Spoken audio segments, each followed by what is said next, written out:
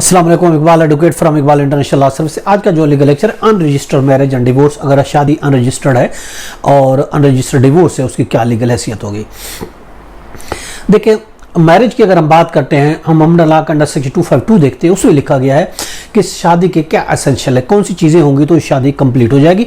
उसमें लिखा हुआ है कि शादी में प्रपोजल और एक्सेप्टेंस होनी चाहिए, शादी में विटनेस होने चाहिए, एडल्ट होने चाहिए, उनकी फ्री विल होनी चाहिए, एक ही मीटिंग होनी चाहिए, हक मार मुकर्रर हो तब शादी हो जाएगी। उसमें नहीं लिखा हुआ कि शादी को लिखा जाएगा या उसकी हम रजिस्टर्ड कराएं।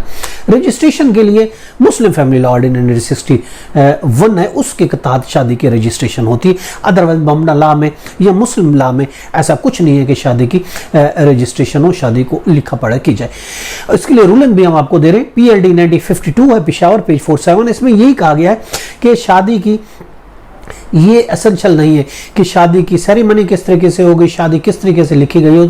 शादी को लिखना और शादी की सेरेमनी ये ज़रूरत नहीं है। और इसी तरीके से जो ज़बानी अगर शादी होती है तो ज़बानी शादी की भी वही हैसियत होगी जो कि एक रजिस्टर्ड शादी की होती है। रूलिंग है PLJ 2018 है, क्रिमिनल केसेस 130 है और DB, इसमें भी यही कहा गया है। अगर हम बात रजिस्ट्रेशन की जैसे करते हैं, रजिस्ट्रेशन दो तरह की है, एक यूनियन काउंसिल की रजिस्ट्रेशन है जो फैमिली लॉ ऑर्डिनेंस 1961 के तहत होती है, और एक जो है वो नादरा की रजिस्ट्रेशन जो नादरा लॉ बना था 2000 का, उसके तहत हम नादरा में भी एक रजिस्ट्रेशन कराते हैं, दो तरह की रजिस्ट्रेशन होती है।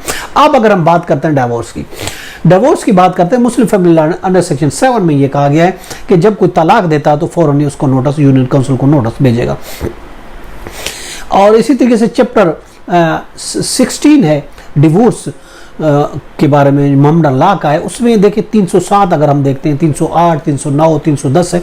307 है different from of the divorce के बारे में है, और 308 है डिवोर्स या तलाक के बारे में है, 309 है कंटिजेंट डिवोर्स है, और 310 है तलाक में भी ओरल और इन राइटिंग, कि तलाक ओरल भी हो सकती है और रेटिंग भी हो सकती है। 310 है मामला लॉ का।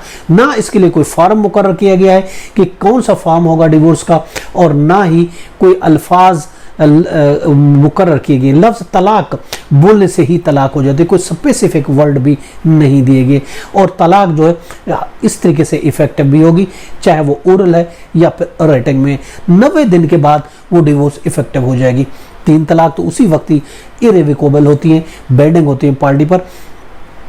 अब अगर हम बात करते तो इसकी रजिस्ट्रेशन डिवोर्स की दो तरह से होती है। एक मैनुअल किस्म की रजिस्ट्रेशन होती है, एक नादरा के। पहले मैनुअल होती थी, अब मैनुअल खत्म हो गई यूनियन काउंसिल में। अब यूनियन काउंसिल में नादरा के तो जो कंप्यूटराइज्ड रजिस्ट्रेशन होती है, और बाकी जो है 90 दिन के बाद वैसे अगर हम देखते हैं कि भले वो रजिस्टर्ड नहीं भी है तो डिवोर्स इफेक्टिव होगी। और हनफी लॉ के मुताबिक देखिए हिदाया में दिया गया है पेज 76 है, और शिया लॉ के हिसाब से बैली में दी गई है पेज 113 से 115 में, कि इस 90 दिन के बाद तलाक मौसर हो जाती है। अगर यूनियन काउंसिल नोटिस ना भी दे तो तलाक मौसर हो जाएगी 90 दिन गुजरने के बाद। उसके लिए रूलिंग भी है। PLD 1976 है कराची, 416 है, और 1991 है MLD पेज 1198 है।